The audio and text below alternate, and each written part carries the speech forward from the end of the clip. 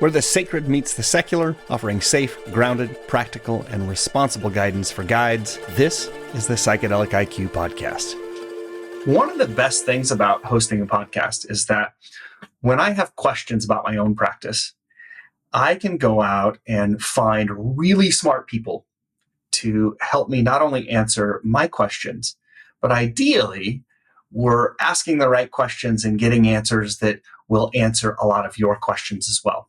And right now, ethics in psychedelics is one of the most challenging and sort of crazy topics because there are so many different ways that you can approach working with psychedelic, whether that's in a clinical setting or a therapeutic setting or a spiritual setting.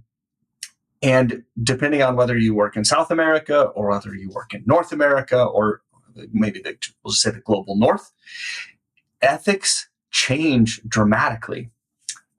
Even before I started the podcast, I had an opportunity to speak with Sandra, and I quickly realized how big of a heart she has and how much of an expert she has become in ethics and expanded states of consciousness. So it is really my pleasure to introduce you today to Sandra Dreisbach. She is an ethicist and psychedelic ethics specialist with a master's and PhD in philosophy. She is an ethics advisor active in psychedelic integration, education, and advocacy. Sandra is the community leader for EPIC, which stands for the Ethical Psychedelic International Community. She is the director of ethics for Nectara, a psychedelic support ecosystem, ethics director for World Psychedelics Day 620, and former leader of the Santa Cruz Psychedelic Society. Sandra's taught bioethics at the University of California, Santa Cruz for 10 years, worked for many years in the tech industry, primarily at Apple, and is a Reiki master. It is my pleasure to introduce you today to Sandra Dreisbach. Dr. Sandra Dreisbach, welcome to the Psychedelic IQ Podcast. Thanks for being here. Thank you for having me. I really appreciate being here and part of the conversation with you. Yeah, how are you today? I'm doing really well, actually. Thank you for asking. How are you doing? I am also doing well. I get to talk to you today. So oh, you stop. No, it's like, stop. For those of you who can't see her on the screen, it was like, oh, no. But yeah, please, come here, go away. The come hither. Right? No, yes, stop, exactly. no. I'm all about consent, though. Well, before we get started, I want to ask you an interesting question. What is your intention for our time today? I think, and I feel in my heart space, my intention is to build relationship with you as a friend and help be of support and build relationship with the larger community as well. Beautiful. Thank you. I can't ask for anything more. You have been not only the online group that I see you in once in a while, but even in these conversations and our individual conversations, you have helped light in sometimes a very sort of dark and murky path from an ethical perspective. And you have said some things. You said something on a podcast maybe 6 months ago. It might have been like the Detroit Psychedelic Society or something that I tuned in. And I think the phrase that you said is, not everyone is safe for everyone. That's right. I don't know. That's not where I was planning on starting, but since I just said it, I'm curious, like, unpack that for us. Yeah. I mean, part of that is just a recognition that we're all different. That if you really appreciate and want diversity and inclusion in this space, you need to hold space for difference and not expect, everyone to want the same type of experience or have the same types of intentions, or that every facilitator is going to be the right fit for them or the right journeyer for them.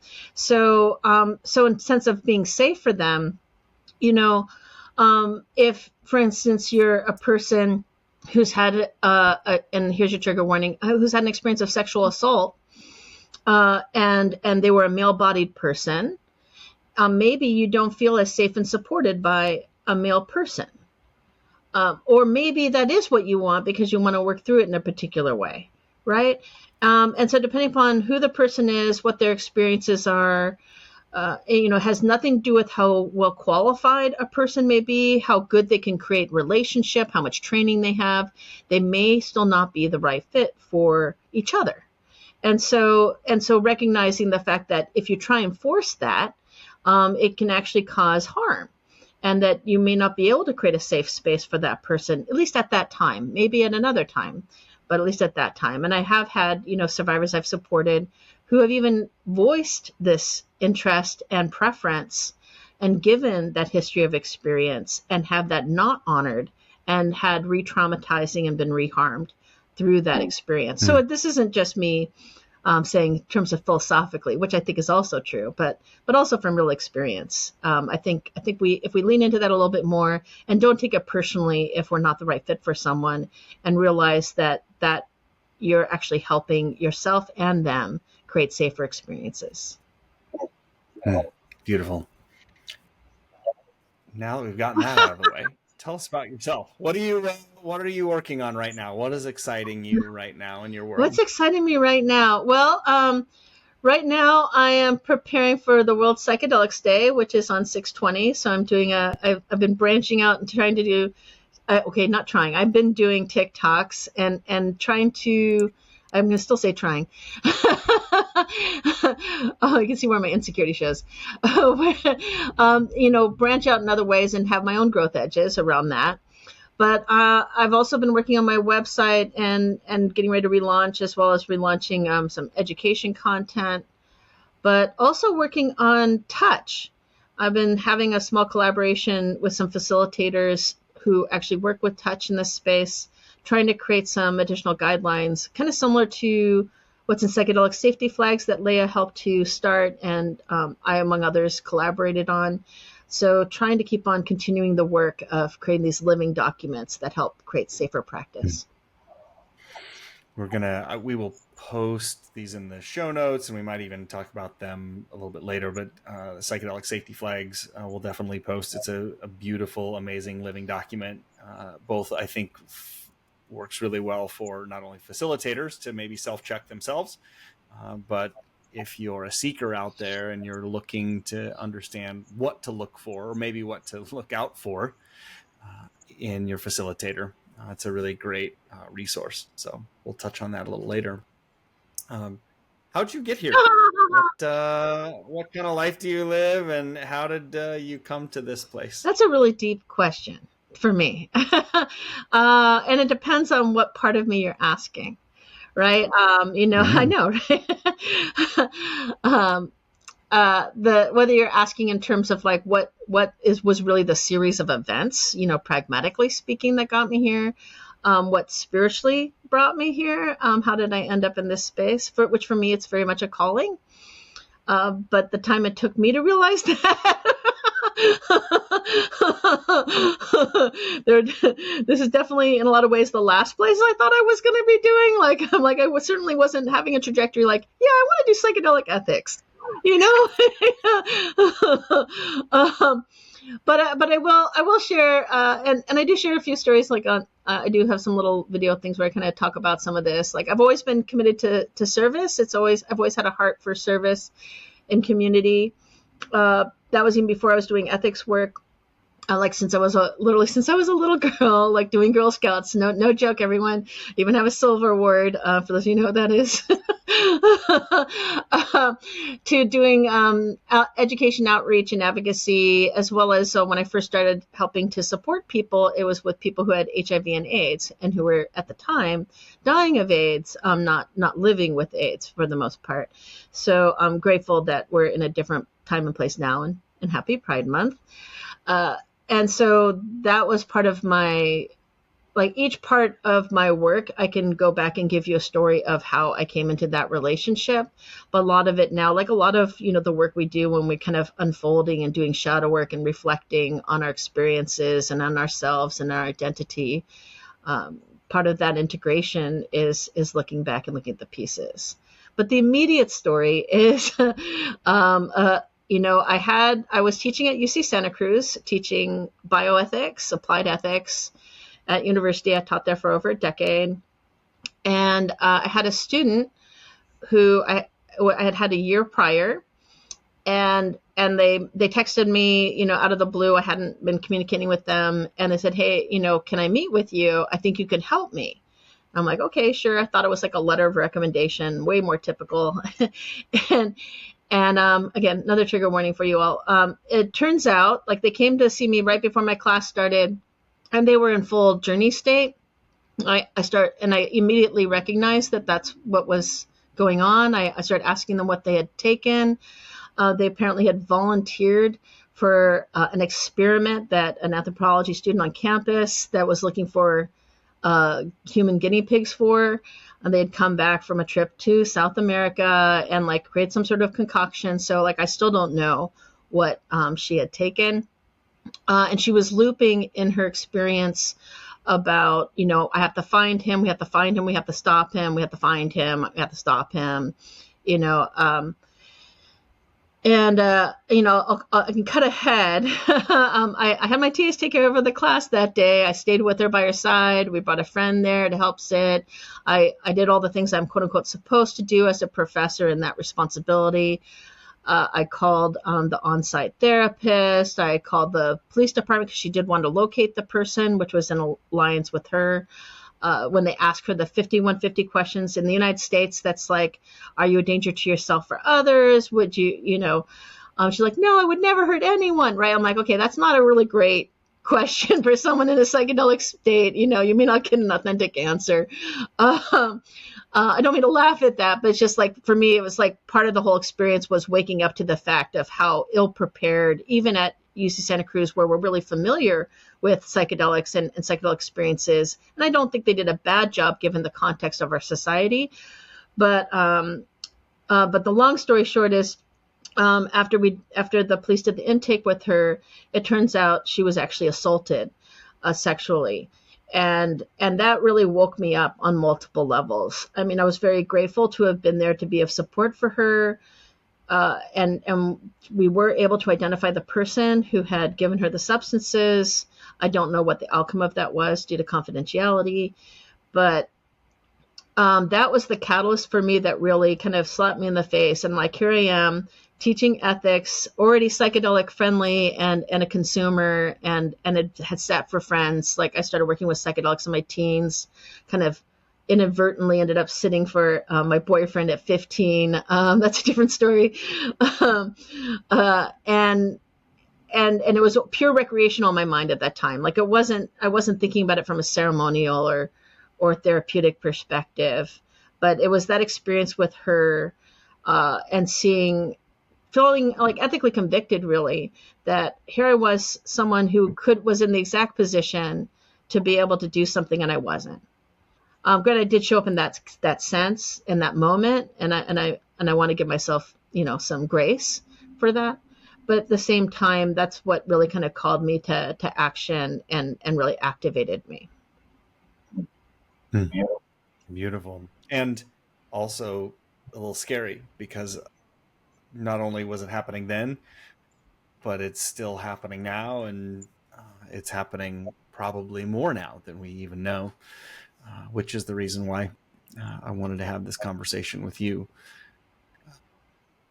What would you say the biggest challenges we have today in the psychedelic landscape are as they relate to ethics?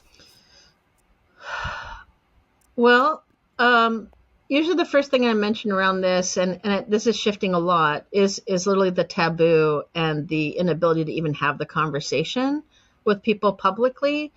And that's directly connected to not just, the war on drugs and criminalization, even though we are able to talk about it more because of the research and therapies that are being done now and some of the legalization and decrim efforts being done now, it's still very much a concern for people when they get involved in this work.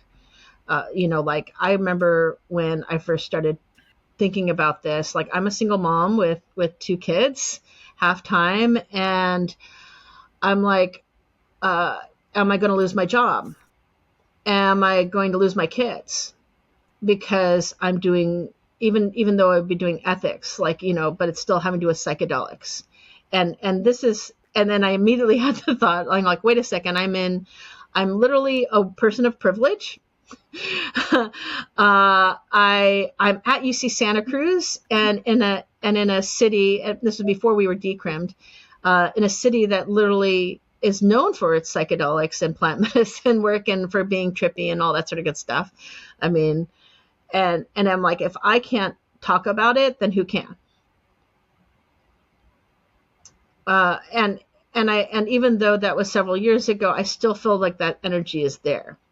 And it creates a real barrier to creating conversations and work in the space. And especially when we're talking about like survivors, for example, sexual assault isn't well supported in our Western global North society already.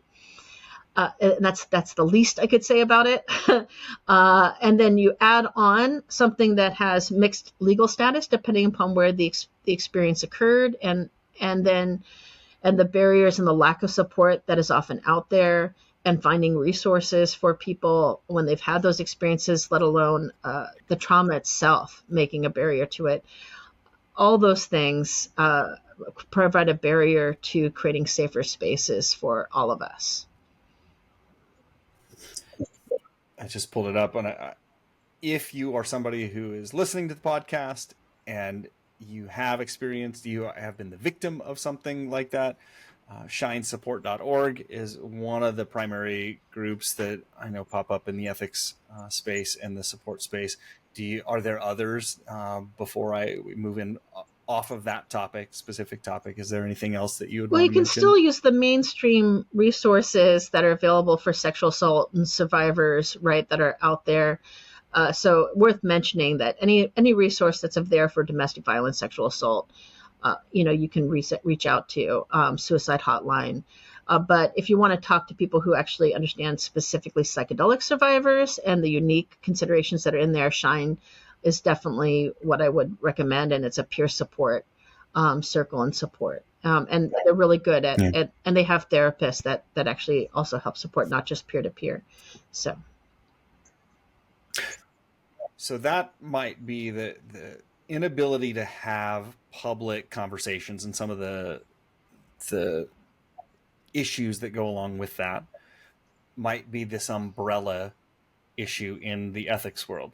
Let's go a level deeper into actual maybe infractions, tactics, whatever. Like you've also, sexual assault is obviously one problem. That's what we were just talking about.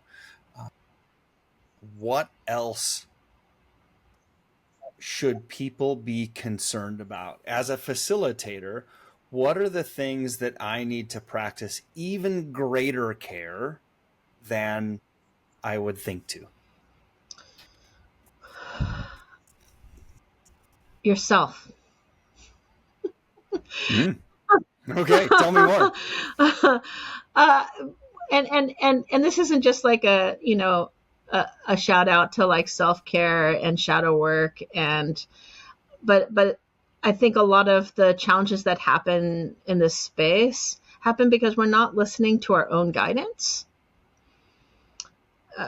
Some people would call that the inner healer, but or your higher self, or intuition or gut feeling.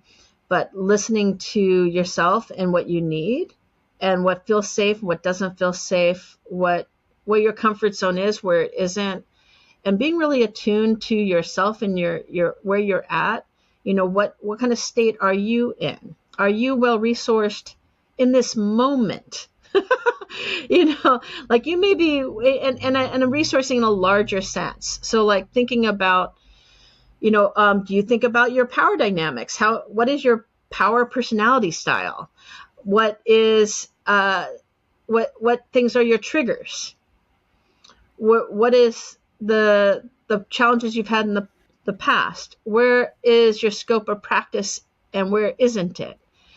And I appreciate that you had Kylia Taylor on talking about the sort of inner ethics pieces, and she has that lovely chart where you can go through the different chakras and look at the different temptations and different aspects of that inner work. And I think that's part of what that work really points to, is making sure you're aware of, who is this for? That who is this for question, is this for you or is this for them? But if you really take that deeper and like, what does that look like in active practice, is being present for yourself, and making that a primary, more than even your client, which a lot of people are going to go, oh no, the client becomes first. I'm like, I'm not saying that the client, if they're in a journey state, that you shouldn't be prioritizing their care over what's happening for you in that moment, perhaps.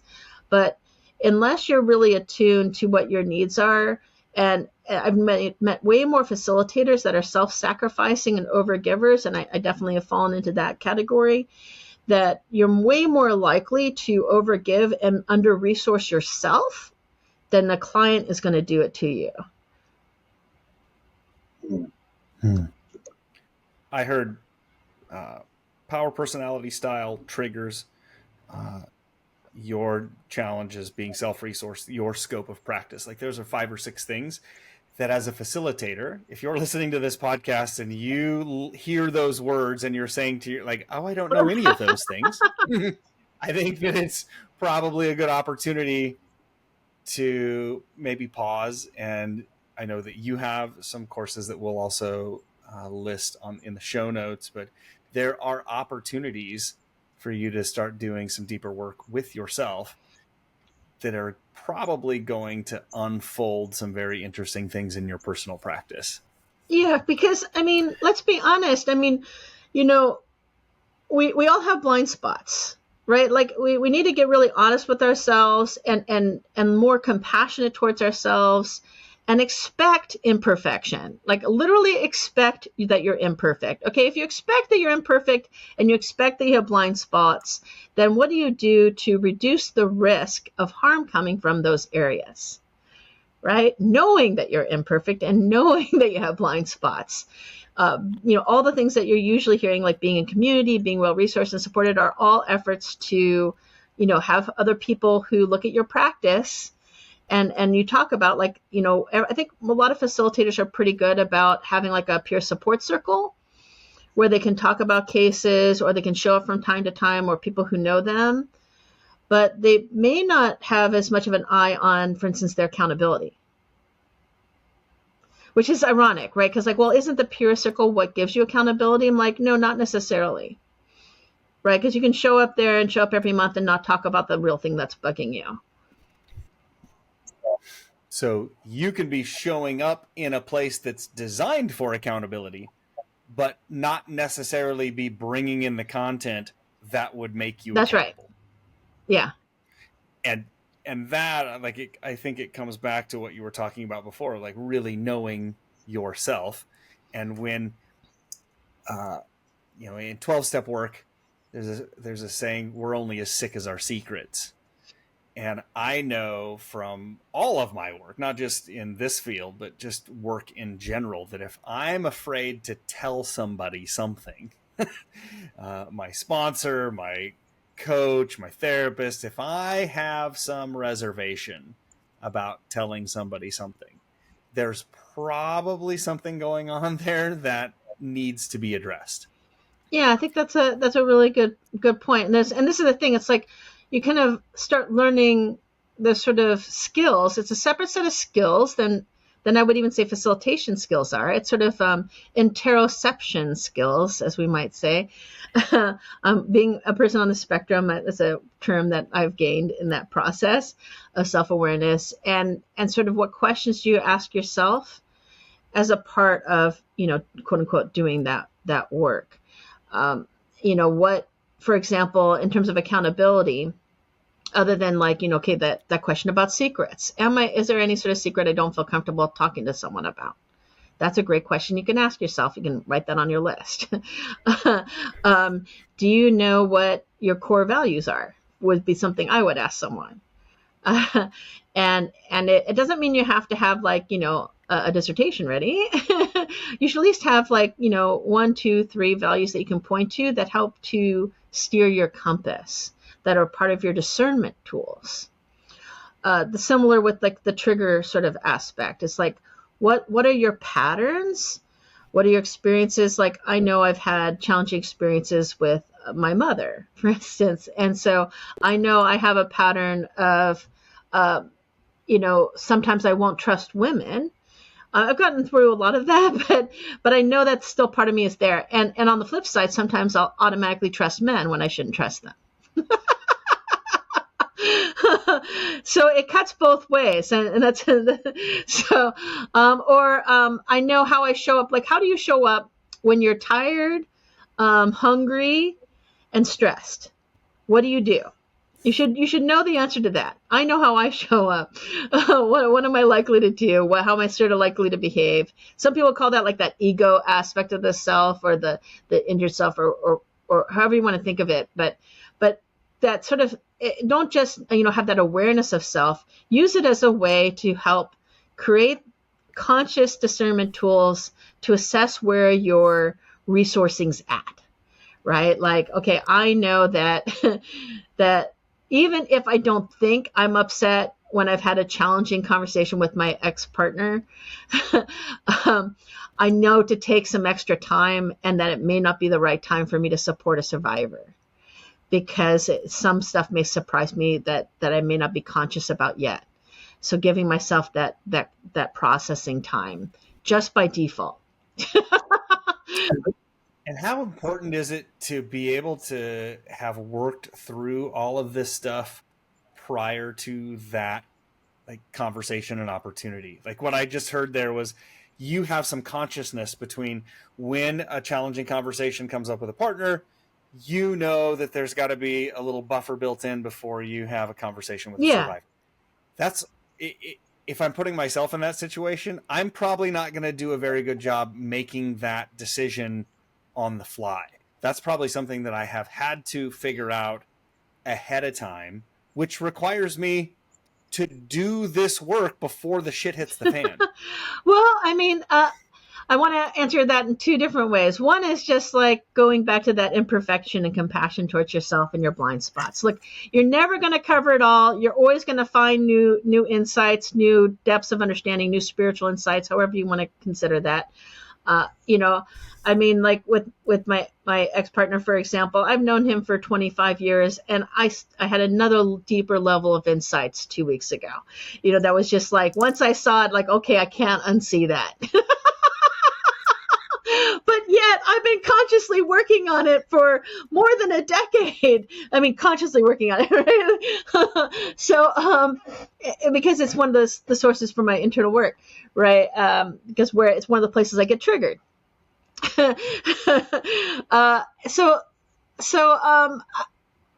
think in general we're all trying to do our best, and I guess I have a more generous orientation towards just in general, right? Like, I mean, if you're just started facilitating and you've only had like a 1-year training program and you're ready to go out there and change the world, you should know that you've only done it for 1 year. Like, if you treat it like one analogy that's been helping me recently, and I've even been using and talking about service centers in Oregon and other places, it's like, okay, well, look at the age of it. If your work in that space in doing conscious shadow work is about 1 year old, then treat it like a 1-year-old baby. What would you trust a 1-year-old baby to be able to do? A 1-year-old baby is learning how to walk, maybe just starting to walk. We'll have a lot more falls. Ideally, you don't yell at the baby for falling and having those normal growth and development parts, right? Like, just like a plant would grow and has different phases of growth and development, a new sprout, a new sapling is way more fragile and not as resilient to the winds and the changes, and needs to have that extra safety and support. And similarly, we're the same. And so if you're new at something, it's okay to recognize and own that you're new. And be vulnerable in that space, and not expect yourself to be like an oak tree. Right? But if you have, and this is why recently I've been advocating for what I call an ecosystem relational approach, to try and, we don't have a healthy ecosystem in the psychedelic community right now. It's not saying that we're wrong or that we've done anything bad per se. It's just like, well, this is just where we're at. and this is in the global north sense, right? Not in the sense of some of the traditions that have been around for a long time. But we're going to need to build in more of that accountability, more of those systems, and albeit, I'll say the word structures, but I mean that in a more decentralized, supportive sense, right? If you think about nature and having an ecosystem, right, you have the elder tree and the other plants that are in supportive relationships with the new sapling. Yeah. And even the plants that look like, the thorny blackberry, right? They're there to help protect, right? And especially as you build relationship with plants, and I don't know where people are with their herbalism and such, but they tell you who they are and what they're doing, and they're never supposed to be experienced in isolation. And we're not either. We're not really isolated. We have the illusion of separateness, and we all kind of know this from our psychedelic journeys and experiences. But then part of what we're bringing them back into this experience is trying to build those real ecosystems of support and recognize, well, where do I best fit in this ecosystem? Which also connects to scope of practice. Like, well, I already had a background in ethics before I came into this space, so I can bring that to the community and help nurture that aspect of the community more. I have facilitation skills, I've had trainings, but I'm better suited to be able to help support ethics right now.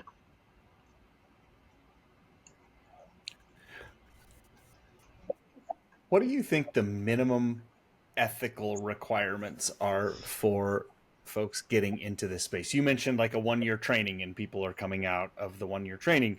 There's also people that are coming from a more psychotherapeutic background that have probably taken courses in ethics. Then there's also folks that are not maybe coming from an apprenticeship. Maybe they're coming from an apprenticeship in another country. How do we get to a baseline as a new practitioner? Can you help us understand some minimum requirements? That's tricky for multiple reasons. And I guess it's because, I want to say that there's no minimum. And part of that is like, we all have unique gifts and talents and strengths and weaknesses. Heck, I've been telling my kids that, ever since they were diagnosed with certain things, that I'm not all about the diagnoses, but it's like, look, just because you have a real challenging dyslexia doesn't mean you may not be gifted at like engineering mechanics, like my son is, right? So we all have strengths and weaknesses, and some things we're better suited for than others, just by nature. But then there's the nurture aspect, right? So you can nurture and have training and support. When I looked back and I'm like, okay, why do I have skills at this? Where did these come from? And where did some of the patients or certain things, and I'm not saying I'm the best person out there or anything like that. I'm just trying to recognize, like, and give myself, like, where did I get this skill around talking about some of these things? And I came to realize, like, that the work I did with, doing education and outreach in HIV and trying to hold space for caregiving and having the caregiver training that I had was part of what I was leaning on unconsciously. And so there was actual training there. Would I have had that, when I went through my first facilitator training, I would not have said that the training itself prepared me. Right. And I would also say that my own experiences did help prepare me to an extent. So, and so in terms of like trying to think of a minimum standard, and I also have a nurturing caregiving, I'm a Cancer. We don't have to go into that whole thing, but I mean, and also in terms of trauma, to be honest too, like I learned to be a fawner and an overachiever and an overgiver as a way to survive. Right. And so there's healthy expressions of that and unhealthy expressions of that. And hopefully I've done a lot of integration work around that. But that made me better suited for certain things, but ill suited for other things. Right. So I'm not going to say that there's a minimum standard. I will say that we need to recognize that the trainings that are out there, I don't think any of the trainings that, at least that I've seen, are sufficient to train people. So, and I think that's because, not because that they aren't trying and they haven't tried to add all these sort of facets into the programs, but because we're still learning, at least in a global north perspective, what it really means to do this work well.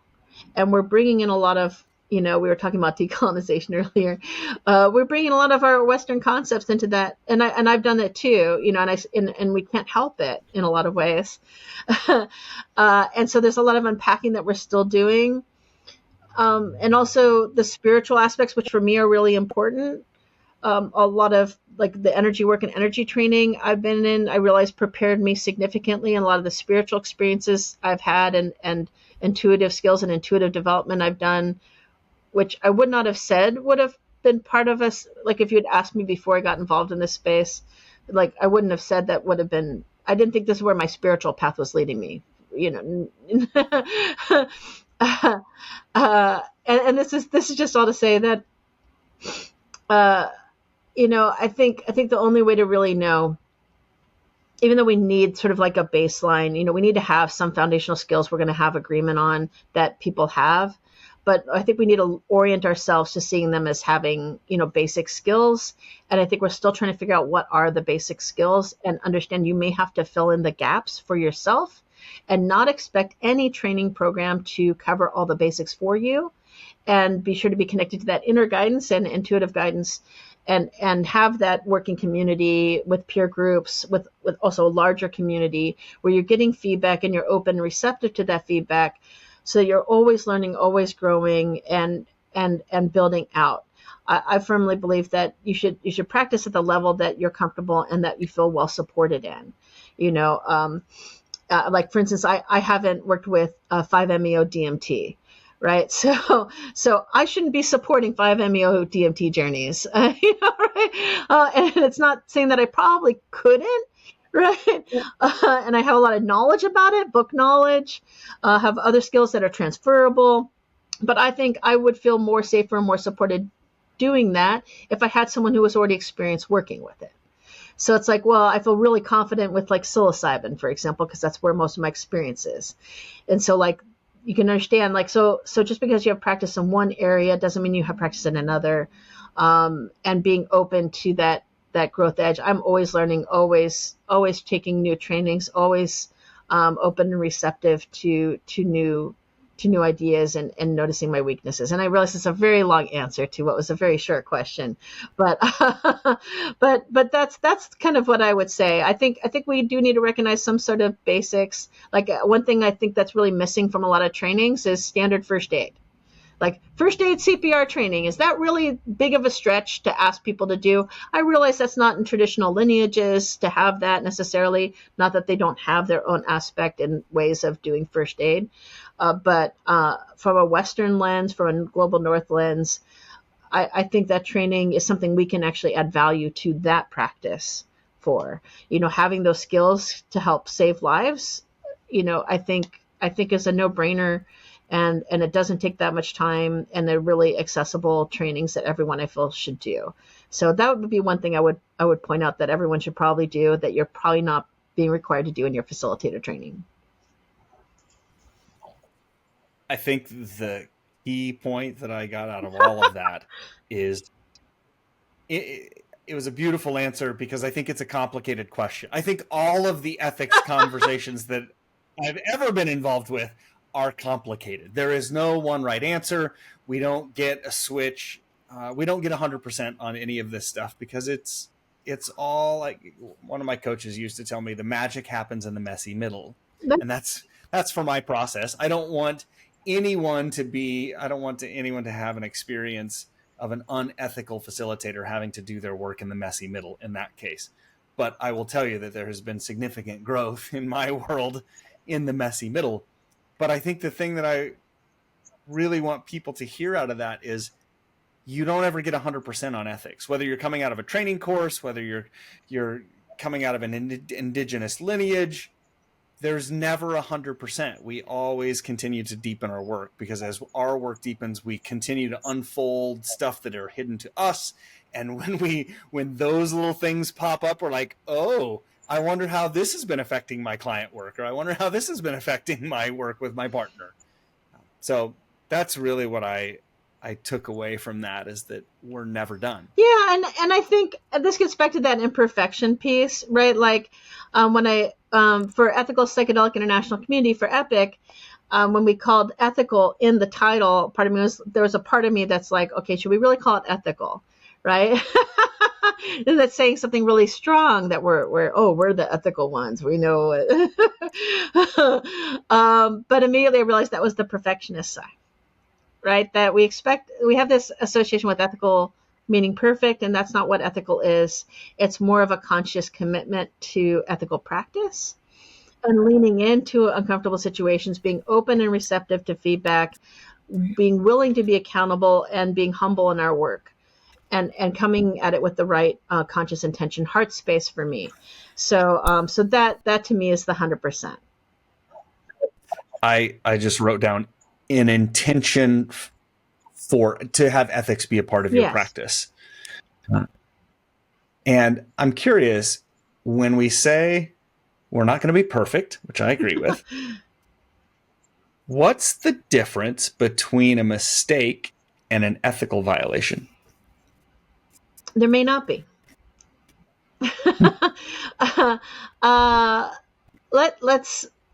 Let's say, actually, this is a funny story. I was in a training. I think she'd be fine with me sharing this story. We were practicing, like, like listening to each other, and then like coming in for like feedback. And one of the people in my peer group was like, listening in, was coming in to do the listen in to my feedback, and was going to reach in and like, and as she reached in, she accidentally double breast touched me. And I'm laughing because, like, so in some circumstances that would like, oh my gosh, that's an assault, right? And then yes, in some cases it is. And for her and I, because of our relationship, we immediately started bursting out laughing. Because obviously, of all people you would want to do that to, it wouldn't be the ethics person in the room, right? And so, yes, that was definitely a mistake. And you could call it a violation. It was definitely like not something that was consented to in advance, right? So I'd still call it a violation and a mistake. But I didn't have an experience of harm. And I didn't have an experience of harm, not because there wasn't a violation, not because there wasn't a mistake, but because of the relationship she and I had. And you could also make an argument for the setting and the context in which that accident occurred, right? The mistake occurred. So we were literally able to laugh it off and know that it was not intentional. We immediately knew it wasn't intentional. And that even though we both also knew it was a mistake and wasn't, she wasn't trying to fill me up. And easily gave each other that grace. So there are some things that are like that are in that category, which I always try and lean into the idea of building relationship with people. Other people might call it like an ethics of care or therapeutic alliance. But I think that's also, the sort of kinship model that a lot of traditional and indigenous practices have by their orientation already. And I can't speak for those traditions, but that's part of what I've gathered from it. And even looking back my own like Scottish lineage and others, that relationship is supportive to handling mistakes. Just like if you have a friendship and you forget to call them, or you have to cancel something on them, right? Do you immediately get angry or upset, or do you just have that element of understanding? So there's those types of mistakes. But in terms of like asking the question of like, when have you actually caused a harm? Well, if someone has experienced a harm, and that kind of, I think I can say sucks. It kind of sucks in some sense, because it doesn't mean that you were trying to cause harm. It doesn't mean that you weren't doing everything you possibly could. And you shouldn't take it personally if someone tells you they had an experience of harm, it doesn't mean that you shouldn't correct or change how you facilitate. You may, in fact, need to. It may be an area that you weren't aware of. You had a blind spot that you didn't know. But if you create that safety and trust in relationship for them to give you that feedback, but when they've been harmed and be able to communicate that effectively, then it becomes sort of more of what my Dom would call an oopsie or an ouchie, right? You kind of go like, oops, or ouchie. Like oops is something that the leader would say towards a follower, and the ouchie is something that the follower would say if something happened that was a cross. So like you have ways of conversing about it and making it supported and easier to talk about it, and even talking about as you prepare people that like, hey, I may make a mistake. My intention is not to cause harm and to support you in this journey experience, but I want you to feel safe and supported.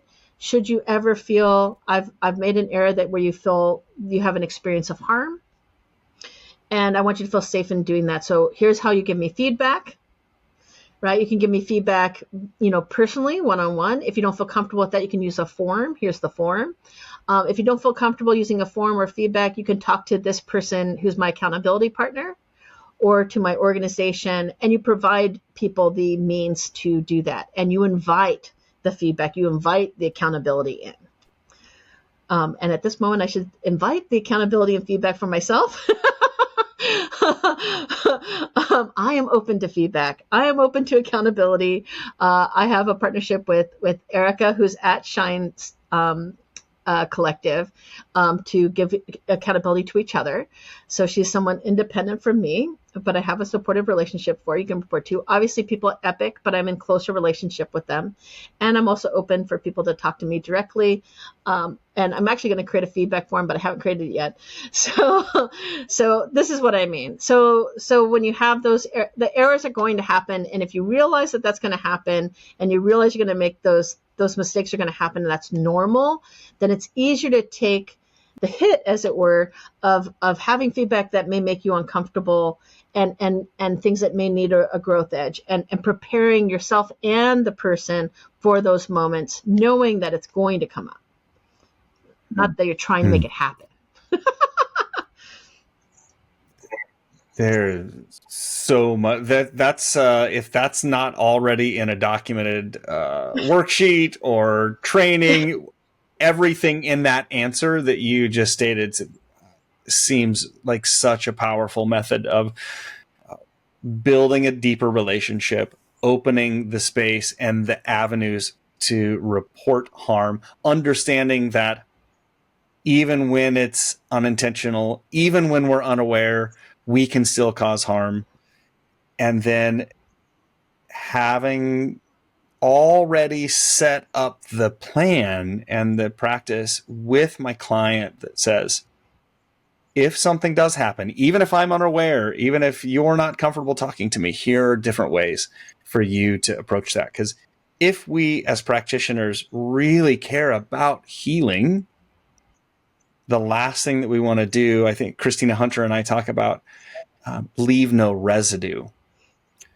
So when a client finishes a session with me, I don't want them to leave with any of my residue, any residue from this experience, negative anyway, that would cause them to think poorly of the experience in some way or to feel harm in any way. Yeah, and I deeply appreciate that mindset. And I think, and in terms of documenting it, I've been calling it the ethical practices and processes statement.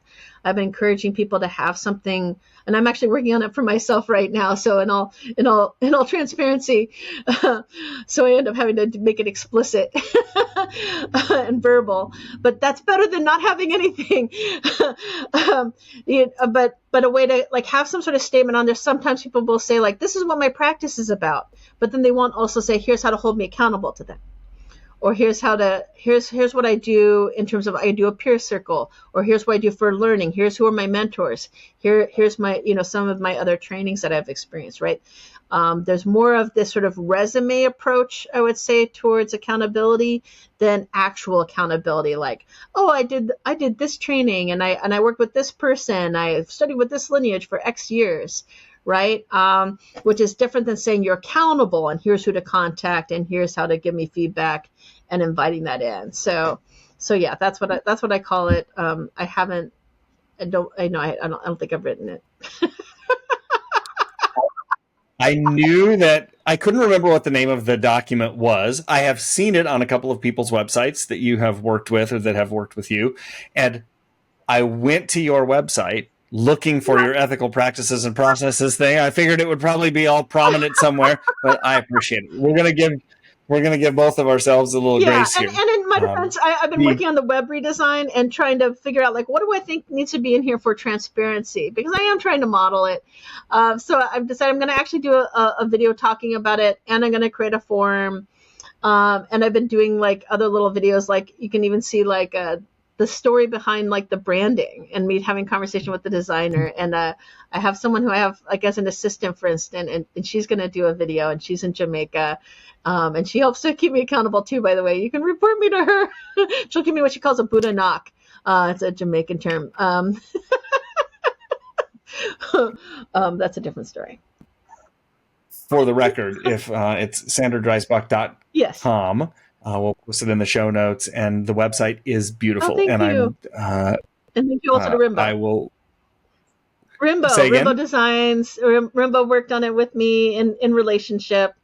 And he's based in the Netherlands, and a really great guy. Yeah. Beautiful. So I want to shift maybe from, I think all of that stuff that we just talked about was really tactical, which I absolutely love. I want to maybe shift to some topical stuff. And part of it, you triggered this. So a brand new article that I just read from you, and I don't want to mispronounce this. Can you just say the title of the article? My Inner Dom. Okay, and in parentheses, me. My Inner Dom me. M. You could say it that way. My Inner Dom me. Yeah. So this article, the first section is BDSM, kink, and psychedelics. Not typically a intersection point that we often hear about, but I read the article and I think that it's really amazing how you're combining these two things together. Would you be willing to just share a little bit about maybe your journey and what you learned out of that journey and how it's maybe impacted your work today? Yeah, no, I'd be happy to. Part of what led into this, well, first of all, there has been some conversation around BDSM, kink in the psychedelic space, primarily around consent. And even the psychedelic safety flags that we mentioned earlier, it was based off of a BDSM list and safety checklist that was then altered with permission to be for the psychedelic space. So there is some relationship and between them. But for myself, I've been, as part of doing my own shadow work and inner work, I noticed I was having a pattern, not just of entering into abusive relationships, but also ones that were narcissistic, some might say. I know that's gotten a lot of play recently. I'm not a therapist. I can't diagnose, no treatment, but it's enough to know that I was experiencing harm and I was noticing this pattern. I also was in a position of leadership, and more and more, I used to be leader of Santa Cruz Psychedelic Society, and now I've been leader for EPIC for a few years. I also was a leader of many admins in the Signal Professionals community for a few years too. And I realized I needed to do more work on around leadership and power dynamics, because I realized that for me, power meant abuse, and leadership also, like, a leader was powerful, and I didn't have a lot of great models of people who were leaders and didn't cause harm, and consciously or unconsciously, because of what I had experienced, growing up and in other spaces and places. And you can even say socially and culturally that there's an association with power and abuse. And I wanted to also really stop this pattern. and what that led me to, actually, I was working and learning from a 6-month dominatrix training under Kimmy Inch, who's a world-renowned dominatrix, has been practicing for a long time.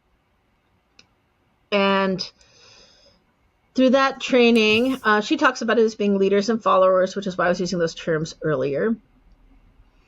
And it really helped me to look at and unpack, not just explore sexuality, which I think is really important for all of us, to, as part of our shadow work. You don't want to enjoy, if you're really looking at, for instance, Kylie Taylor's, full thing, or if you're looking at all the chakras, guess what? One of them is involving sex, everyone. So like, if you're not looking at your sex and your sexual relationships and how you show up and where your sexuality is, or how you show up around intimacy or attraction with people you facilitate, then you're not fully doing the work.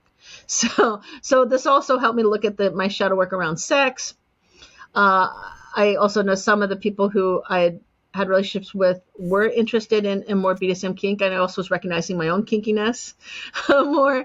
Also, sort of my unconscious power dynamics that were taking part. As being a quote-unquote good girl, if you read the article, that's the best way to get a sense of it, because I'm probably not doing it justice right now. But I identified as being a good girl. I identified as being a good girl from a very young age. And again, as I mentioned earlier, it was a sense of safety for the trauma experiences that I had. It was a way to, fawn and not get attention. And then when I was in leadership, I was going to be getting more attention. And I noticed I was getting more triggers. And then I'm like, but wait, I don't want to be abusive. I don't want to cause harm. And then you can start seeing how this could create a sort of cyclical effect. And then on top of that, I noticed that my good girl, the unhealthy good girl part, was also still trying to exert power, but through a good girl mindset. So there's the good girl that's actually being a good girl, and then there's the good girl that's trying to be bad.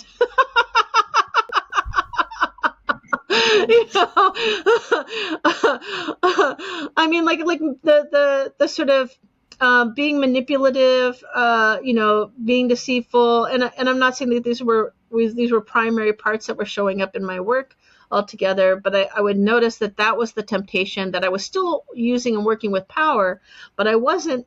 I was pretending as if, consciously or unconsciously, that I wasn't working with power. It's like, no, I was still using my power. My power move was to be the good girl and to look as if I didn't want to work with power, and that I didn't want any control over any situation. And that by that way, I was always going to be the good girl and never be bad, and that was power. Right.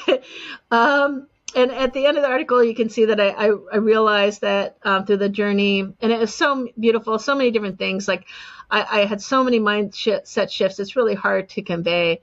And the amount of shadow work I went through, I came this close to not even letting that article out because of how personal it was for me. Really emotional, really, really challenging work. And I just even saying those words, it just like that doesn't convey it. But I realized that I must switch. And so I recognize both the parts of me that wants to be a follower, that follower good girl that does what she's told and gets off on it, right? And also the part of me that does want to be a leader, that does want to have the power and authority, not in a sense of abusing people, but to help people.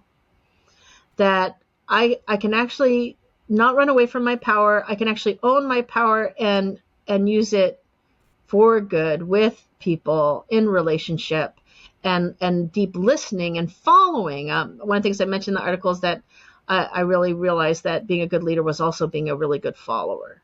That it's not that you're not ignoring people and not being receptive to what they have to say. You're actually being more receptive and listening deeper.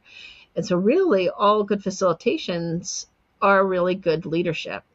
Even in looking at some of my Scottish lineage too, and how they looked at leadership. And it was more of a marriage to the other world, and a commitment to the land and to the people and to the other world, to be a good steward of the land and the people, and support of those relationships. It wasn't in conflict. That it was a marriage then that would be done around Samhain. So all these sort of pieces came together, and I realized, oh, okay, I am powerful, and it's okay to be powerful. And it's okay to express all these parts in healthy ways, and that I was actually more at risk of causing harm and abuse. And I think I have caused harm when I hadn't done that work yet. And it wasn't because I wasn't trying to be a good girl. It was because I thought I was literally unconsciously giving up my power. And that's why I attracted some of these narcissistic abusive relationships, was because what's the perfect match to someone who doesn't want any power and always wants to give it away? Is someone who always wants to take and never wants to give. And I'm not saying I'm blaming myself for what I experienced. I'm just trying to own my part in that experience, that in order to maintain an unhealthy dynamic, you have to feed an unhealthy dynamic. And as soon as you stop that and you start supporting a healthy dynamic with yourself, it'll also show up in relationship. Wow. So first, I just want to maybe even just take like 5 seconds and take all that in first and say thank you, because I know the article is fresh and this might be the first time that you're speaking about it. So thank you for sharing all of that. How long have you been doing ethics work? Well, first of all, I want to thank you for saying that, and you're welcome, and appreciate you for holding space for the conversation. My pleasure. How long have I been doing ethics work? Again, I'm like, this is what happens when you have philosophy training, perhaps. My MA and PhD are in primary in philosophy and then secondary in psychology. My dissertation was in ethical decision-making and moral psychology. One could say it applies particularly more to mindset as well as value-based decision-making. But in terms of the question, when did I start doing ethics work? Part of me just wants to say, like, it's just been who I am. And it took me a long time to realize it, that it's just something I really care about. My high school prediction. You guys, do you remember any of your high school predictions? So what's coming up for me right now? One of my high school predictions, I had a boyfriend for like solid for 3 years. That same one I trip sat for, was that I was going to break up with that boyfriend and become a liberal activist. And I guess that's what it's true. It's true. I did break up with him, and you could argue that I am a liberal activist. I could definitely argue both of those things. So let's just say, like, I mean, if I'm not going to ask you to state your age, but you've been practicing I'm ethics. 50. So in some ways, you've probably been practicing ethics for 30-ish years, 25 to 30-ish years. Yeah. I'll say I think I got I'm like thinking deep thoughts now. I'm like, when did I get my first degree? When I first started teaching ethics. I first started teaching ethics when I was working on my master's degree, separate from the PhD, in 1997, 96, somewhere around there, was when I first started teaching ethics. So if we look at that, that's 27 years. Of So the reason why I'm asking this question really is the person that I trust the most in the psychedelic space as it intersects with ethics is you. And you've been doing ethics for 27. You've been focused on ethics in some kind of educational, professional capacity for at least 27 years. And the story that you were just able to share is like this new awakening and this new work that's really deep and profound and has changed you, and is also comes at this whole ethics thing from a very interesting angle through the application of BDSM and sex and things like that. So all of this work, and it never stops. Your work never stops, and you're still doing the work. So I point all of this out for everybody out there who is listening to this podcast, thinking like, oh, I got my ethics training, or I'm done, or I've done my own work. I've already been to therapy for a few years, and I've already done X number of ayahuasca journeys, so it's all revealed to me. I think what I'm trying to say is, here is a person that's sitting in front of me talking about ethics who is still really, really deeply doing their work. And I just want to honor all of that and just say thank you for doing your work and for sharing it with us. Well, thank you. That's really honoring, and I deeply appreciate you, and you're making me appreciate myself through your eyes. So thank you for that. As well, you should. Now I'm going to take your learnings out of all of this, and we're going to go really tactical. So you said that you were doing some work in the very beginning. You said you were doing some work around touch. Yes. So take a few minutes and tell me what the most important things I should know about touch, psychedelics, and working with a client.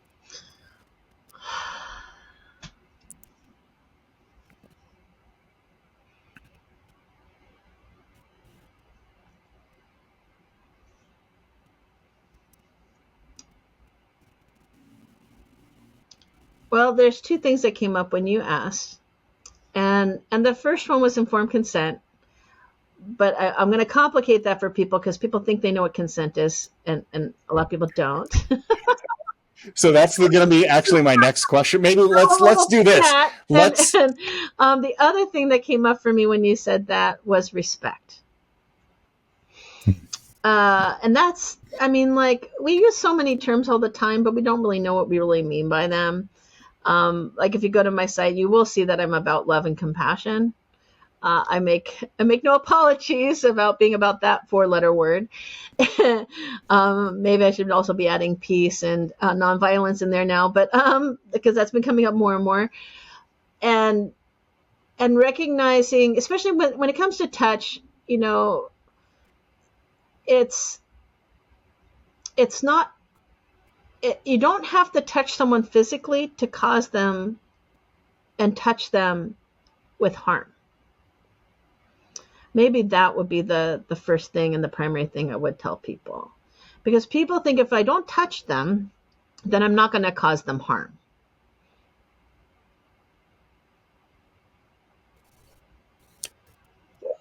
If I don't touch them, I'm not going to cause harmful touch if I don't touch them. And which, like, logically you would think, like, okay, like touch, you know, if the harm involves physical touch and I don't physically touch them, then logically there cannot be a harm that results from the touch. But there's lots of ways we touch people that aren't physical. We touch people emotionally, mentally, spiritually, energetically, which is kind of for me in the spiritual lens. I think, first of all, we need to expand what our notion is of touch. Is not just the physical touch. That any conversation, any engagement touches people. And we're always choosing what kind of impact, what kind of touch we're having on people's lives. And I have a deep honoring and respect for any engagement I have, whether it's just a conversation. To me, there's still an energetic and spiritual exchange happening, an emotional, mental sharing that's occurring that touches each other in ways that we are not the same. Just like a pebble being thrown into a stream is not the same stream. Heraclitus said you don't step into the same river twice, and you really don't.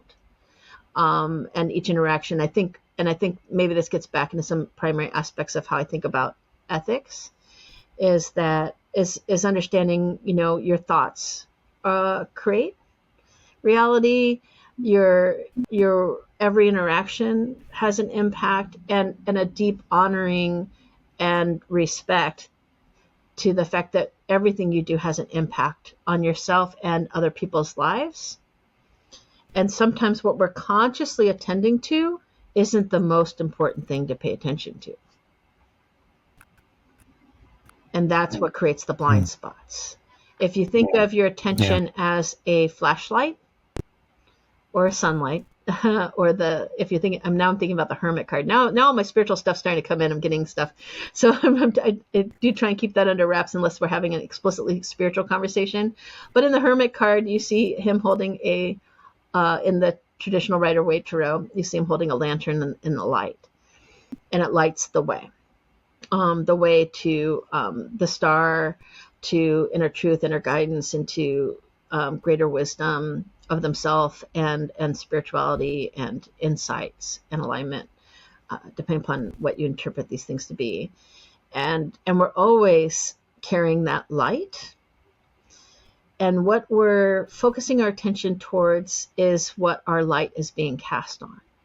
And any moment, any experience we're having, like as you listen to this now, as we talk with one another, and I'm having a conversation with people who are not present here with us in this moment consciously, but I know spiritually speaking, or just in terms of pragmatics, I know other people are going to hear this. And so if I send, loving intention towards everyone here who can hear these words, I feel that you can actually feel that presence.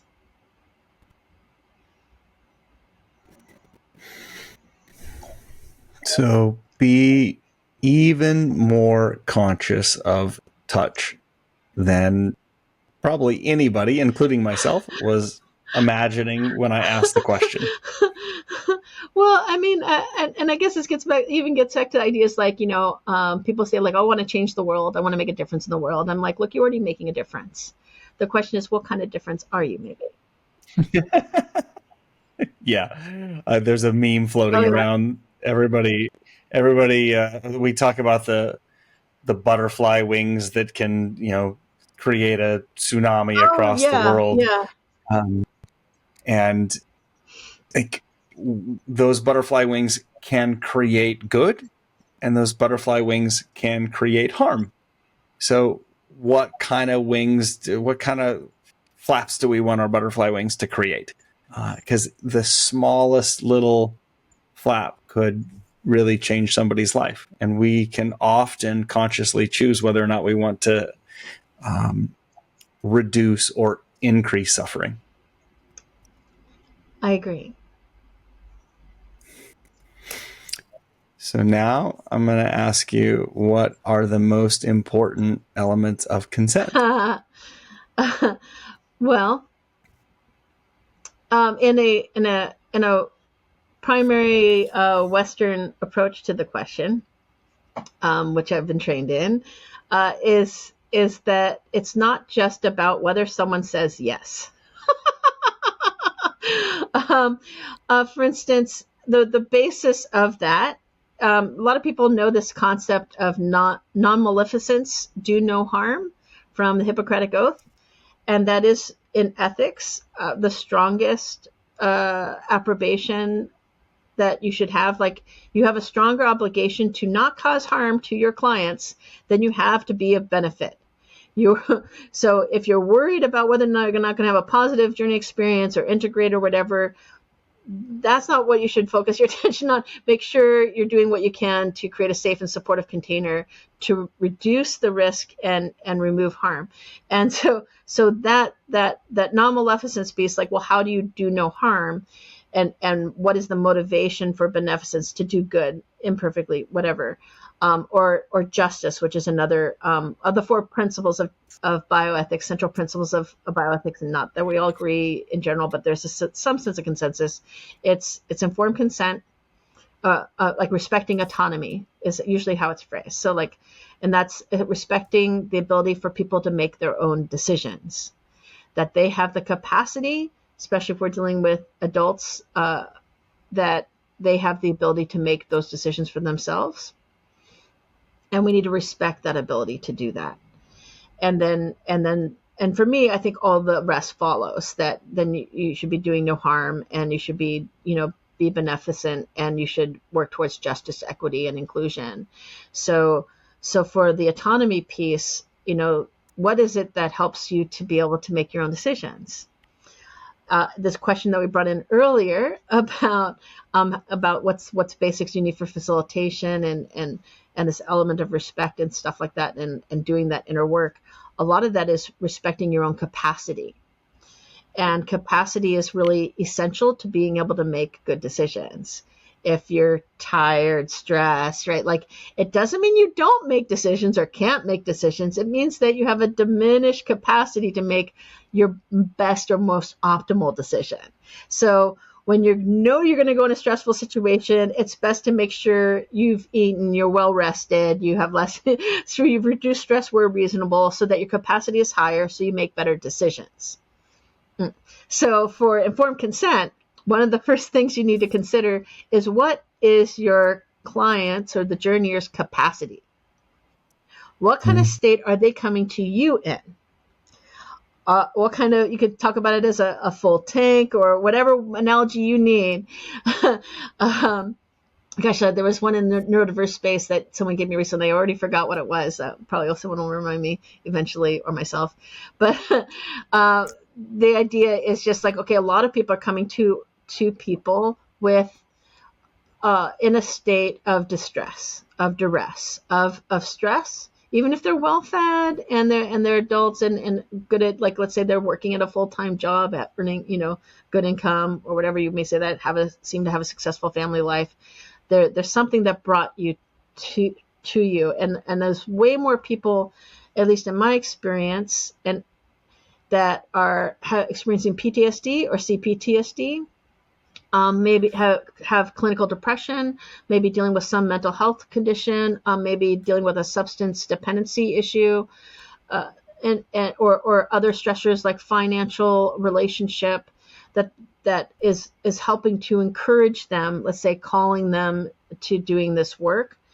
And often, more often than not, because of the situation where legally, it's people have already tried the ones that are easier and more accessible to them. And so I just want to just generally say they're usually under coercive circumstances and diminished capacity circumstances, which means that their autonomy is being compromised. So their ability and capacity to make good informed decisions for themselves is reduced. That does not mean you should be making the decisions for them. That's the more narcissistic sort of style move, like, oh, okay, I can take power here, right? Like, they're vulnerable. That's another reason why we have some of these challenges in this space, is because we have a uniquely vulnerable population that are taking a substance or substances that make you even more vulnerable, right? So your capacity, like, let's say if this was 100 and for the average person, and not saying we have a mentally healthy society, but like, let's say it was 100, and then these people are coming, and I know it's a generalization, are coming to you at like 60%. Okay. And then they're going to go into a journey that brings them down to 20. Okay. So, you want to make sure you support as much of their capacity as possible. And there's different ways you can do that. One is just, first of all, to recognize where they're at. So that you can, that the sort of idea about being trauma informed and why that's so important and valuable isn't just to not cause trauma by the experience, is so that you can understand what sort of tools and techniques you can use to help create a more supportive atmosphere to help improve their capacity. So if I were to ask you right now, GV, to like, okay, we're going to go a journey in 1 minute. You have to decide right now whether you're going to do, 5-MeO, MDMA, or psilocybin, and you can pick a straw out of the hat. I know, right? So it's like, but you have 1 minute and you only have 30 seconds left.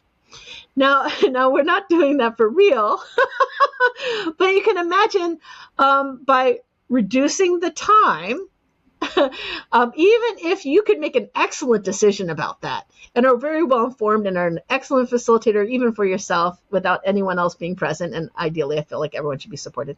But that you having more time increases your capacity to make a better decision. And that's one of the simple things you can do to help improve consent. So you recognize what capacity they're at. You increase the processing time, you could say, the duration for deliberation. And this is how you could say it in the short form, that for informed consent, you need information, deliberation, and options. Information, deliberation, and options. So information, like if I tell you to take I don't know why 5-MeO is coming up so strong today, but let's say it was 5-MeO. And so it's like, okay, but let's say you don't know anything about 5-MeO. Well, then I need to make sure you have access to information about what are the risks, what are the potential benefits. Many of us have had an experience at a medical doctor and getting like a flu shot or something like that, or whatever kind of treatment you resonate with, and having a sheet that says, here are the risks, here are the expected benefits, here are the adverse outcomes, here's the number you can contact if you have an adverse outcome. That kind of basic information, right? That's like the sort of basic information everyone should have. Now there's the other piece, is like, okay, can you access that information? Do you understand that information? So if you're a primarily English speaker and the information's in Spanish, then you may not have access to the information even though you have it. Other things can be a barrier to access, such as having dyslexia, such as being neurodiverse, or being under stressful coercive circumstances. You may not read the form. So like verbally going over information and education you're providing for people will help improve their ability to access the information as well as understand the information. And then the understanding piece is consciously asking for questions. Do you have any questions? It's normal to ask questions. You can think about it for a while and come back to me tomorrow. Again, giving them that time spaciousness for deliberation, because often like the question won't happen right now, which is why we encourage multiple prep sessions, right? You can also, in terms of intake, even for medical intake, like you keep asking them for the medical, like, okay, we asked, you did the intake form. Has anything come up for you that you didn't think about originally? Even up to the day of the experience. Has anything else come up that you have, and keep on inviting the conversation, not in a, coercive, punitive way, but inviting the conversation. Like, it's okay to ask. I'm inviting you to ask. I'm inviting you to share more information. Do you have any more questions? You ever see that sign on like doctor's doors? Like, all my questions have been answered, right? That's part of what we're trying to elicit for that information and understanding. And the deliberation is really having that time to deliberate so that you have understanding. So you can have the information provided to you, but you may not understand it. And so giving time for deliberation, giving different points of access, different means of access for different needs, asking them if they need any accommodations, these sort of, implicit things will help to support that. The options part, I think, is really important, and something not emphasized probably enough is that you should be giving them what are the alternatives to having the support that you're offering. If the only option in their mind is I have to take psilocybin, give me an ego death, please, which I actually have had people ask me that before. Right? Like again, a lot of misinformation out there, that education information part, like maybe even giving them a myth busting sort of thing. Like, here's some myths people have, it's okay to have these misconceptions. It's normal. There's a lot of misunderstanding in this space. Anyway, so the options including not continuing. Like, what happens if something were to happen, like, let's say, a death in the family, an emergency situation? What's our plan for dealing with that, or the options of what we can do? Will you be able to get your money back? Do you have a plan for that? And that also gets into the facilitator side as well, not just the client-centered, but information, delivery, and options, including the option not to continue. Because people, in terms of real informed consent, you need to have the ability to say no at any time and be supported in your no. And know that they can change their mind, and being given explicit permission and invited for that permission. And it's a really simple thing, just like the feedback thing. But the other thing I think is important that's often not talked about, because so people are so client centered that they don't focus on their own needs. That's like, okay, what are you willing to consent to? Let's say the person really wants to be hugged during the journey, but you're not comfortable with hugs at all. That doesn't mean you have to provide hugging. You just say like, well, I'm not someone who provides hugs in journeys. And you need to be able to comfortably say that and communicate that and handle someone else's discomfort in that you're not that provider. That's a different type of scope of practice than by training. That it's what's supportive for you. And consent goes both ways. It's not unidirectional. Well, again, another little like mini masterclass on consent. I think that there's, in addition to how I would sum that up, in addition to consent being this forever ongoing process that is like, we're always in this consent conversation, no matter where we're at in the experience. I love this idea of like a healthy person comes in at a full tank. So many of the people that are coming to psychedelics right now, some of them for decades have been dealing with mental health issues, might be on medications. And then we tell them, oh, well, if you want to work with us, you have to go off of your medication, which decreases the tank even more. Or they have found you by like some referral system and you're the only person that they know. So there is some desperation and some scarcity. And then the money piece comes into this, and every one of these variables is like sucking a little bit more out of the tank. So when people really get to journey day, or just even decision day, maybe the decision day is a few weeks or months ahead of that.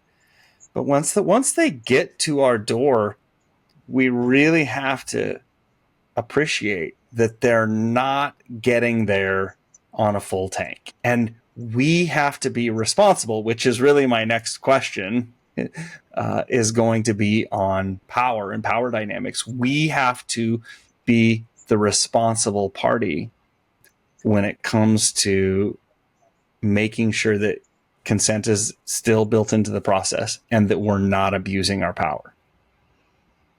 Yes. Okay, good. I understood.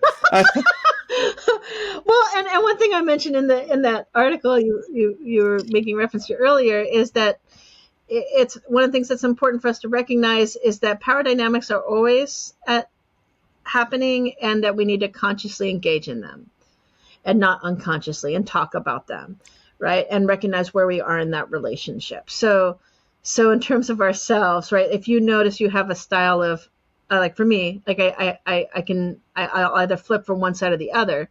So like when I'm triggered, I can go into totally not giving up a single inch. But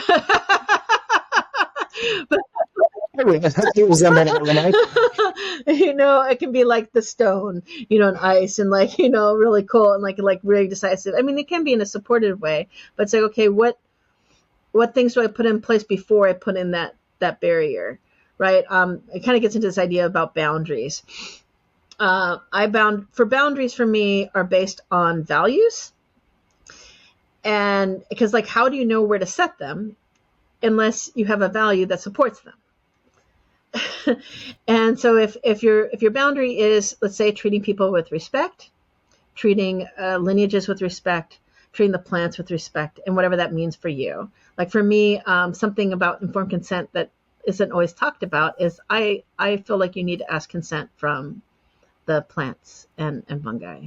That's non-negotiable for me. to be in integrity at least, and you don't have to resonate with that, not resonate, but anyway, but when we're thinking about power dynamics,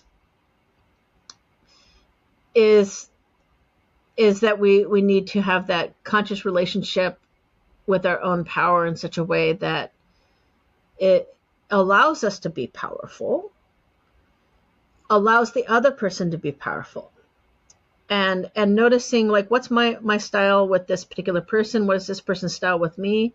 Especially if you're the one who has the knowledge and the expertise and they're coming to you, you're already in an unequal power dynamic where you're seen as the one who has the knowledge and the wisdom. And what I notice more times than not is people giving up their power to you. Right? And so you end up in this position of re-empowering them. You're like, oh no, you make the decision on how much I should take. You're the one. You're like, well, no, I want to make sure you have enough information to feel informed about it, or so that I can tell you about what to expect, or like, you're like, well, how do I know how much to drink, or how, giving them guidance and support through that experience, right? That empowers them to make that decision, not disempowers them. And some of the disempowering happens by their hands, not by yours. So part of our work is to do that conscious re-empowerment of the other person in relationship, and recognizing, okay, am I feeling like they're giving me more of the decisions or less of the decisions? Are they and it can go the reverse, where they're trying to make all the decisions and feel like they know everything because they Googled it and read it on Reddit and arrow it and all the things. And like, well, and then when I saw that YouTube video, blah, blah, blah, blah, and they're like, this is the way I want to do it, da, da, da, and they can come in with like a script that they've already decided. Then you're having to help unpack and show where they need to be open to and receptive to your influence. It's a different dance, right? And so that's part of the sort of, you say, the power dynamics, the power play, is where it's to notice and recognize what is happening in the relationship, how is it showing up with that person, what's important in terms of what kind of experience they're going into, right? You may be just the person who's preparing them, or go to work with someone else, right? You may not be the one facilitating them. In Oregon, this is something that happens, right? You may be working with them for providing the service, but you may not be the one who's preparing them or integrating them. Right. So a lot of this is unique, or if they're working with, traditional lineage, right? Like there may be some things that you're not going to be prepared for, and you can't prepare them for. And then you tell them that. You're like, well, there's a lot of variety in how these ceremonies can go. I cannot tell you what songs are going to be performed, because that's done based on the ceremony, or like other people, maybe it's the same song every time, right? You don't. What you can prepare them for, you prepare them for, and what you can't, and you tell them that. Yeah. That's actually the last question that I want to ask. You sort of led me right into it. And one of the beautiful things about this podcast is that I get asked questions sometimes that I want to know the answer to. I have an experience with a Peruvian lineage. I also have a fair amount of experience working in the global north and working with people from the global north. The question that I'm going to ask is, how do ethics overlap, intersect with each other? Because I'm finding more and more, as the deeper I go into this lineage, that I find how down there, they don't particularly care. They care about safety, they care about healing, but they do not care in the way that we care here.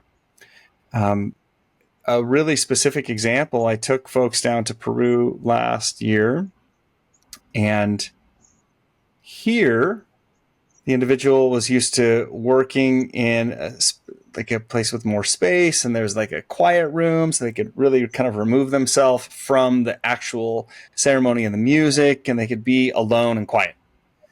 And they attempted to do that in a ceremony in Peru, and the maestro said, no, this is where you stay. Like, if you leave, you don't have the protection, the energetic, the spiritual protection that the doctors, the maestros, the tobacco is providing you.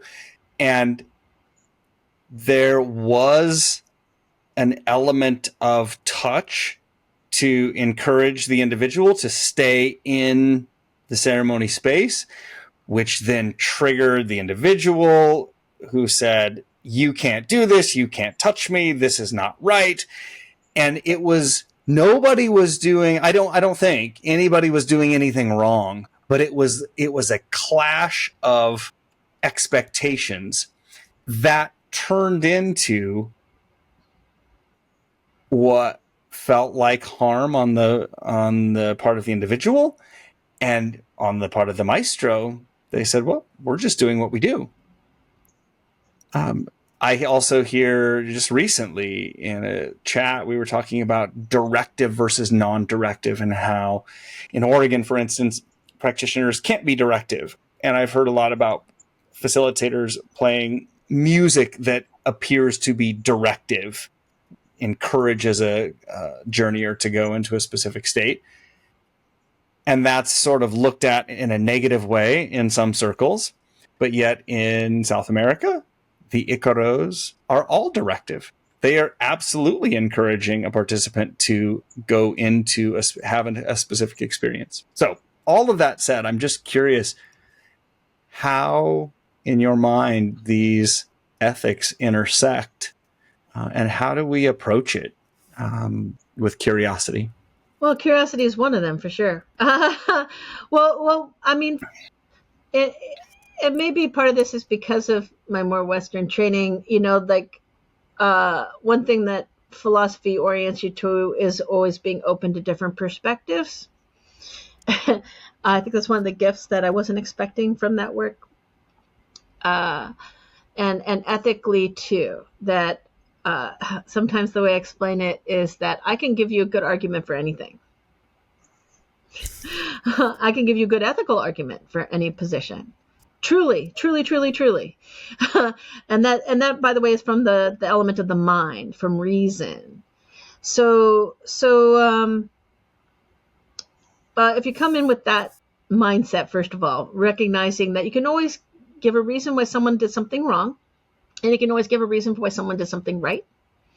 And that we have different perspectives and different cultures and different ways in which we're viewing the world.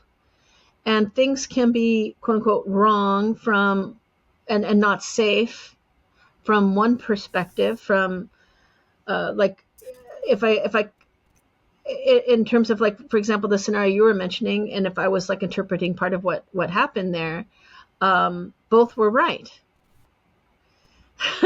And both were harmed, and part because of what I was saying earlier. If there's an experience of harm, there's an experience of harm, and you don't have to say that someone made a mistake in their actions that caused the harm for there to be harm, right? I think that's sort of a false idea that we have about what causes harm. Sometimes harm happens even when you're doing everything right, quote unquote. There's also different ideas of what's safe and supportive and protective. From a spiritual perspective, that if you're trying to create a safe energetic space and you're worried about entities coming into that space and creating a clear space, and where you can also navigate and help address anything or energies that come into the space from a spiritual perspective, and I'll just use that way of phrasing it, then it isn't safe. It actually would cause more harm from that perspective to leave the space than to remain in it and to even be touched. That gets way worse to have something that spiritually comes into the depths of your soul, and causes harm for you and families and wreaks havoc on your conscience. I mean, I'm not saying that that's their perspective, but like that's one story we could tell. And so it's not because both aren't from the orientation of reducing harm, having informed consent, and having sort of a just practice and a beneficent practice. It's recognizing that there is that cultural difference and a lack of understanding, and that curiosity thing we mentioned towards the beginning of the question that I think is really important. Like, get curious, and not and sometimes it's hard to be in that curiosity space or that open space or presence because you've experienced harm and you're very much in the pain body and the experience, and that's what needs to be held for that moment. It doesn't mean that they did something wrong by touching them, by preventing them from going out of the maloka or whatever the situation was. And it doesn't mean that they didn't want that. So I think, there are things you can do the things that could have been done before that situation happened to reduce that risk for harm is to have a communication and explanation before the ceremony, even if it's by the sort of global north people who are helping to bring those people to that ceremony. It's their responsibility to kind of set the setting for them, to let them know, like, hey, this is the rules that we're under here, and if you do not agree to them, you should not be in this ceremony. That you have to stay here for the duration, even if you don't have an experience, even if you get really sick, or you can't lock the doors to your bathroom or whatever the things are, because this is what we need to guarantee your safety, and this is what's in alignment with this lineage. And it's okay, you don't have to feel like that's an alignment for you, but, or the fact that it's directive, right? Like the songs are designed, the Ikaros here are designed to be directive, and it's seen as being supportive. It may be, they may even say things that are not in alignment with you spiritually, that then you need to know that may occur, right? So like that's all part of, again, the consent process that we can help facilitate if we're the ones being that bridge to those containers, and part of our responsibility that we're signing up for if we're bridging that experience. We shouldn't be burdening those traditions with that because it's from our perspective. It doesn't mean that in their minds they did exactly what they were supposed to do. And a lot of the practices and cultural practices that are there, that are from like these very long lineages, are there because they are the safer ways that they found to hold space. It's from an informed and grounded space that may not be in alignment with, Western perspectives, because they're not coming from their lens by definition.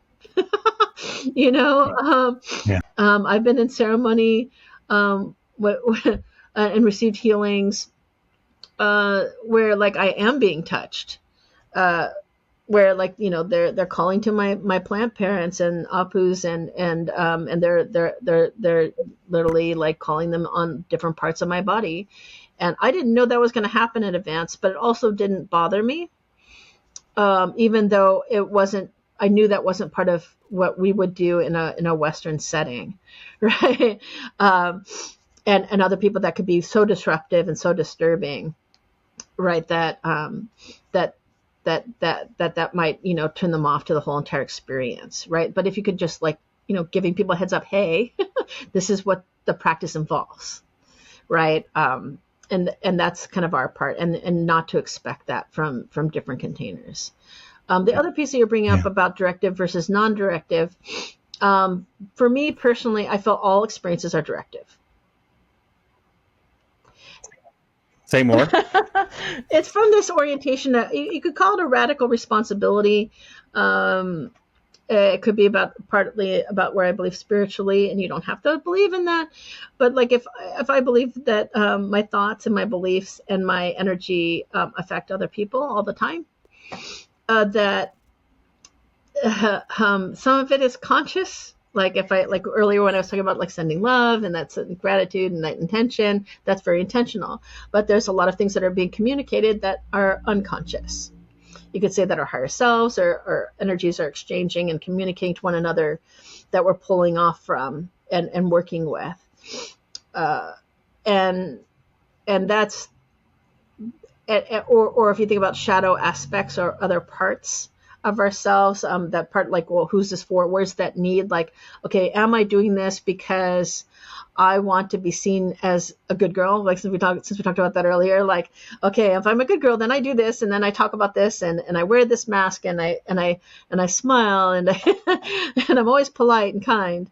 Or is it coming from, a genuine place versus a masked or shadow place? Like, so like, and that's. So the directive part, always being directive, is recognizing our power and our influence on one another. It doesn't mean you're trying to be coercive, manipulative, or abuse your power. It's recognizing the power we all have, both within ourselves, towards ourselves, and taking care of ourselves and our needs, as well as towards each other, and that's always occurring. For me, it's recognizing that energy exchange is always happening. So even if someone chooses to have, like, I would like these Icaros, please, and please put this in the recording, and I would like to, and then play it on repeat, and then this one in particular when I'm really in the heat of the experience, right? And you can do that, right? You can do that, and you're like, well, that's not, like, they told me what to do. But at the end of the day, like, if you notice while they're in a journey state that they're freaking the F out, when they're playing that song and they're getting, in a more dysregulated, and it's causing harm, like from what you're interpreting in terms of holding space, it's okay for you to remove it. I'm going to say, even if they told you and directed you, they chose that experience, and you're removing something that they've asked for, not introducing something, right? Like, introducing something is something different versus removing something. And then you would need to have the conversation, like, okay, as holding this space, as being responsible for this container, even if we do this playlist by completely your direction and me not hands off, if I notice you're in a state that's not in a good state for you, I need to have permission to be able to remove some of these experiences so that I can support you. And this brings in the sort of aspect of, like, it's not so much whether you're directing or not directing the experience, it's about being in relationship and coming into conscious agreement with one another.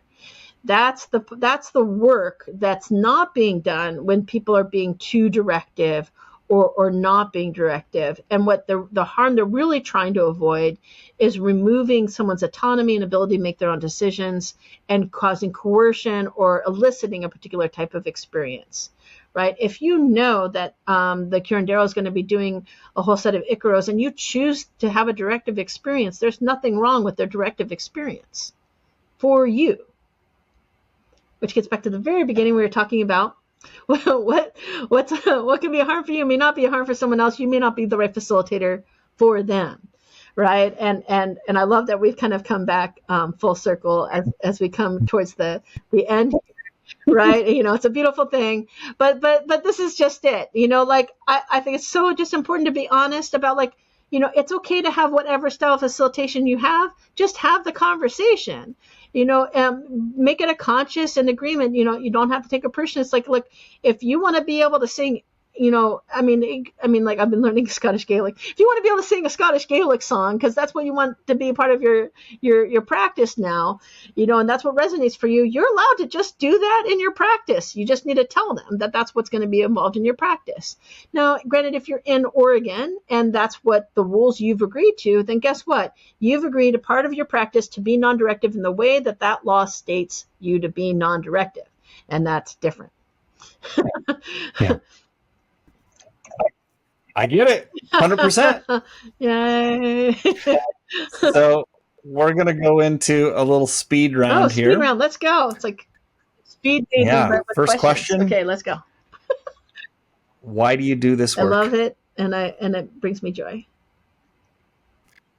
What is the most important thing this work has taught you? Love. What's the best advice you'd give to someone who is new on their path? Like, as a facilitator, maybe just coming out of a training, or somebody who wants to do this work. What's the best advice you'd give to them? That's just so tough. I don't have a quick answer to that. I mean, I guess I would say, what came up when you said that was love yourself.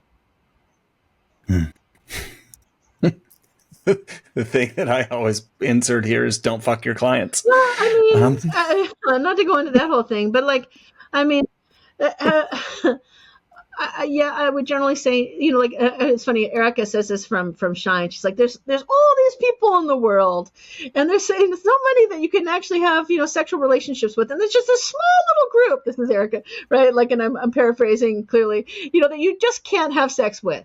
That just these ones, It's really not that much to ask, is it? Really? And this isn't to say that there aren't people who can have like body modality somatics, and there's tantra, and that's a whole another ball game. But like, Sure. but this is just it, that sort of know yourself adage from the Oracle of Delphi at the entrance. It wasn't the only thing that was there, by the way. Everything also in moderation was also on there. That question of knowing yourself, like, and that loving yourself, like, not, in balance and moderation, and because that inner healing, that inner knowledge, that inner consciousness, that being present for yourself and for others, it's not to be underestimated. Beautiful. Is there anything that we should have asked you today that we didn't?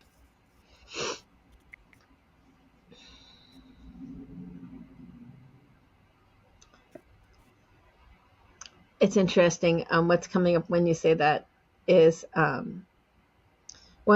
since my research involved ethical decision making and moral psychology, one of the things I learned is that the questions themselves shape the answers. And so I guess the one thing we didn't ask is, how can we ask better questions? So how can we ask better questions? By being willing to be wrong. Whew. Yeah. Including the question you asked, right? Reminds me of like these sort of Zen masters and getting these koans for answers, like a tree falls in the forest, or like, what's the sound of one hand clapping, moo, which is like, your question isn't a good, like moo would be the answer to a lot of questions, right? Like and I just love this aspect that it was, the question had to come from, in our situation, the journeyer, not from the facilitator. That it was a way to understand the mindset of the person coming to you, so that it also created a better power dynamic, because it wasn't being forced and it wasn't being dictated what they're supposed to learn or what their wisdom was. It was an invitation to ask and elicit a conversation and engagement based on where that person was at. So I suppose the ultimate way is to say, what space are you creating for your journeyers to ask questions to you? Beautiful way to end. If people wanted to get in touch with you, how would they go about doing that? You can go to my website. That'd be one of the easier ways. And there's also Epic Psychedelic too. But my website has my name, and I'm also on social media. I'm usually pretty public about everything, and I use my name. So, and that's Sandradreisbach.com. Yeah, as long as you can learn how to spell that in German, you're all set. Sandra, this has been, I know it's a good episode when I have learned a whole bunch, and this has been one of those. So thank you so much for your time, your expertise, your love, your talents, all of the things, all of your years of experience. And I look forward to sharing this with the world. And thank you for creating this space and co-creating it with me. And much love to everyone out there. Yeah. Take care. Take care.